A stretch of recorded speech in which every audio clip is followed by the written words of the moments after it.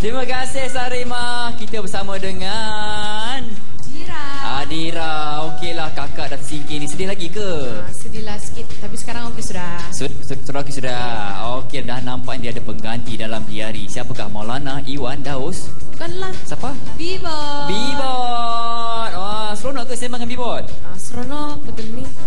Okeylah, silakan dek ambil tempat. Kalau zaman dulu orang sembang dengan ikan kalui, kali ni dengan motor Modenas. Okeylah, untuk Afundi Adira, type Afundi Jara Adira dan hantarkan ke 32999. Lagunya pernah dipopularkan oleh kumpulan Feminin. Lagunya kini kita sama dengan Adira.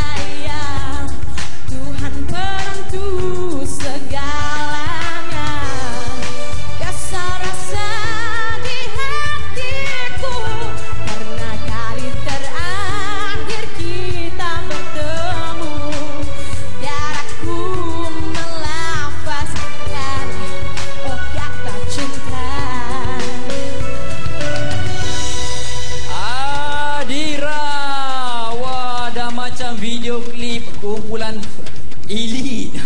Okey, apa pula kata Adlin? Okey, Adira. Yang bagus ni kat awak punya clarity dan awak punya tolak. Tapi lagu ni saya rasa awak kena pull back sikit lah. Awak kena relax. Different lagu, ada different personality dia tau. Saya faham korang kena try to create kau punya identity, tapi I don't mind kalau originality tak ada. Kau budak-budak, I tak kisah. Cuma saya terasa mungkin awak punya over clarity tu boleh kill awak punya different mood on different song. So awak kena, sometimes teknik awak yang paling kuat tu akan kill awak. Awak stuck dengan satu styling saja. Sedangkan awak should explore dan menjadi different. Awak ada different kind of feeling, mood, touch yang berbeza-beza dengan lagu-lagu. Okay? Jaga-jaga tu. Faham, Dek? Faham. Okey, silakan Kak Ju. Okey, betul Adlin cakap tu sebab suara you, sebutan you terlalu kalau orang, saya tak pasti kalau awak faham ya, macam over, jelas sangat, terlampau buka sangat. Kadang-kadang tidak sesuai lah. Macam walaupun ni lagu ni rancak, tapi tak semestinya awak tak boleh merdukan lagu ni. Dia lagu ni saya rasa persembahan tadi kurang merdu. Satu, dan terlalu teknikal sangat. You too teknikal, you terlampau mengikut pergerakan yang telah dikoreografkan. Jadi dia nampak kekok ya. Jadi kamu harus lebih fokus kepada kemerduan. Walaupun lagu ni rancak, you boleh merdukan lagi. Alright, terima kasih Pak Neil. Okey, Adira, saya rasa awak beruntung sebab yang mengiringi awak adalah pelajar-pelajar dalam Akademi Fantasia. Kalau buat banyak latihan, pergerakan awak nampak bersahaja bersama dengan mereka. Lain kalau penari itu dari luar, mereka tidak dapat berjumpa dengan awak selain daripada waktu raptai di pentas. Jadi mungkin kurang latihan bersama dengan penari. Tapi ini adalah pelajar-pelajar dari Akademi Fantasa sendiri. Kalau awak boleh buat nampak bersahaja dengan mereka, saya rasa akan lebih cantik lagi. Tapi nampak gayanya vokal awak tidak dapat membantu menutup kelemahan pergerakan awak. Okey, terima kasih Tai Afundi, Jara, Adira dan hantaran ke 32999. Kita akan bersama dengan